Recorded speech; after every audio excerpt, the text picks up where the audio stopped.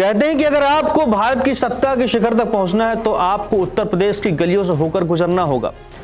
यहां 80 लोकसभा सीटें दिल्ली का भविष्य तय करती हैं, लेकिन कल्पना कीजिए आप वोट डालने पोलिंग बूथ पहुंचते हैं, हाथ में पहचान पत्र है, सीने में लोकतंत्र का गर्व है, लेकिन अधिकारी कहता है श्रीमान आपका नाम तो उस लिस्ट में है ही नहीं।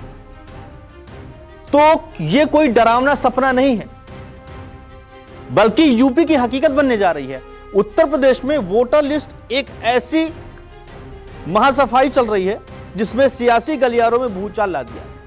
आंकड़ा ऐसा है कि सुनकर आपके पैरों तले जमीन खिसक जाएगी। 2,91,00,000।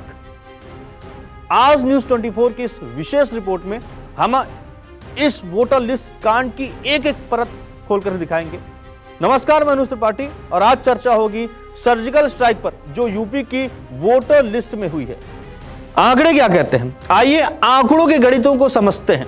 उत्तर प्रदेश में कुल मतदाता लगभग 15 करोड़ लगभग 15.5 करोड़ है। निर्वाचन आयोग ने एक प्रोजेक्ट शुरू किया, SIR यानी कि स्पेशल इंटेंसिव रिवीजन। मकसद था लिस्ट को शीशे की तरह साफ करना, लेकिन अब BLO यानी कि बूथ लेवल ऑफिसर घर घर पहुंचे तो पता चला करीब 19% मतदाता यानी कि करीब 3 करोड़ लोग लगभग अपनी जगह पर मिले ही नहीं। इन्हें सरकारी भाषा में कहा गया अनकलेक्टेबल। अब सवाल यह है कि ये 3 करोड़ लोग गए कहां? क्या जमीन निगल गई या आसमान खा गया? चुनाव आयोग के पास इसके 3 तर्क हैं। पहला तर्क है कि वो लोग हैं जो शिफ्ट हो गए हैं, यानी कि काम के सिलसिले में गांव छोड़कर शहर चले गए या शहर का एक इलाका छोड़कर दूसरे शहर में बस गए। दूसरी कैटेगरी है वो मतदाता जो अब इस दुनिया में नहीं रहे, लेकिन उनका नाम आज भी वोटर लिस्ट में जिंदा है। तीसरी श्रेणी कहती है कि जो डुप्लीकेट वोटर्स हैं, यानी कि लोग जिनका नाम गांव की लिस्ट में भी है और शहर की लिस्ट में भी है। आयोग का कहना है कि यह सफाई जरूरी है ताकि फर्जी वोटिंग रुक सके, लेकिन विपक्ष कहता है कि यह सफाई नहीं बल्कि सफाया है।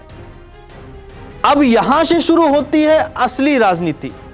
समाजवादी पार्टी से लेकर कांग्रेस तक सब एक सुर में पूछ रहे हैं कि क्या ये उन वोटर्स के नाम तो नहीं काट रहे हैं जो एक खास विचारधारा या समुदाय से ताल्लुक रखते हैं। विपक्ष का सीधा आरोप है कि सत्ता पक्ष सरकारी मशीनरी का इस्तेमाल करके उन इलाकों से नाम हटवा रहा है जहां उनकी पकड़ कमजोर है। क्या वाकई ऐसा है या फिर सिर्फ चुनाव हार के डर से बनाया गया एक नैरेटिव है? उत्तर प्रदेश की जनता के साथ अत्याचार अन्याय किया गया है और मत अधिकार से वंचित किया जा रहा है। ये ठीक नहीं है। और उत्तर प्रदेश इतना बड़ा प्रदेश, 25-26 करोड़ की आबादी वाला प्रदेश, 1 महीना समय आपने उत्तर प्रदेश को भी दिया, 1 महीने का समय आपने केरल को भी दिया है, 1 महीने का समय बंगाल, फिर एक हफ्ता करके आप बढ़ाते चले गए। उत्तर प्रदेश की जो जनसंख्या है, जो उसका क्षेत्रफल है, उस हिसाब से उत्तर प्रदेश को कम से कम 6 से 8 महीने का समय मिलना चाहिए था कि उसके पहले भी प्रक्रिया हुई है। अभी 27 का चुनाव था, आपको पूरा उत्तर प्रदेश को समय देकर यहाँ के एक एक मत को, एक एक चीजों को देखना चाहिए था। और ये पूरी तरीके से उत्तर प्रदेश के मतदाताओं के साथ, यहाँ के वोटर्स के साथ अत्याचार अन्याय किया जा रहा है। उनका हक और उनका भविष्य खराब किया जा रहा है। आदरणीय अखिलेश यादव जी ने इस बात को पहले ही कहा कि भारतीय जनता पार्टी SIR इसलिए करना चाहती थी क्योंकि वो PDA के वोट को काटना चाहती थी। लेकिन जिस तरह से समाजवादी पार्टी का SIR PDA प्रहरी वो गांव-गांव, गली-गली, दरवाजे जाता रहा, लोगों से मिलता रहा, वोट बनवाता रहा, जो पात्र वोट हैं उनके वोट ना कटे इसके लिए ध्यान देता रहा। जो वोटर्स के नाम कटे हैं वो भारतीय जनता पार्टी के वोटर्स हैं, क्योंकि वो गांव और शहर में दोनों जगह वोटर थे और कहीं ना कहीं वो बड़ी संख्या में 2.89 लाख वोट उत्तर प्रदेश से कटे हैं। देखिए, वो चुनाव आयोग का एक संवैधानिक व्यवस्था है, उससे काम चल रहा है। और जहां तक माननीय मुलायम सिंह जी का विषय है, अगर बिहार में भी SIR हुआ और वहां पर प्रचंड बहुमत से भारतीय जनता पार्टी जीत गई। हमारी टीम ने जब जमीनी पड़ताल की तो कुछ चौंकाने वाली बातें सामने आई।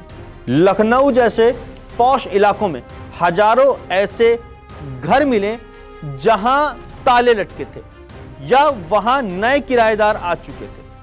BLO का कहना है कि लोग वेरिफिकेशन के समय सहयोग नहीं करते हैं। लेकिन जो बात आपने कही कि राजनीतिक दल इसको अपने अपने हिसाब से प्रस्तुत कर रहे हैं, आपने देखा कि अखिलेश यादव ने भी कल देर रात अपने सोशल मीडिया अकाउंट पर यह लिखा कि अगर 2.89 करोड़ मतदाताओं के नाम कट जाते हैं तो अगर 403 विधानसभाओं के लिहाज से देखा जाए तो 61,000 वोटों का नुकसान बीजेपी को हर विधानसभा सीट पर होगा। यही बात समाजवादी पार्टी के नेता भी लगातार दोहरा रहे हैं कि एसआईआर की प्रक्रिया में पीडीए प्रहरी लगातार उस पर निगाहें बनाए हुए हैं और इसका नुकसान समाजवादी पार्टी को नहीं बल्कि बीजेपी को होगा। और अगर बीजेपी के नेताओं की आप बात कीजिए तो आज मथुरा के दौरे पर थे यूपी बीजेपी के अध्यक्ष पंकज चौधरी। उन्होंने कहा कि बिहार में एसआईआर की प्रक्रिया के बाद वहां पर प्रचंड बहुमत से एनडीए की सरकार बनी है और उत्तर प्रदेश में भी एसआईआर की प्रक्रिया के बाद एनडीए की प्रचंड बहुमत की सरकार बनेगी।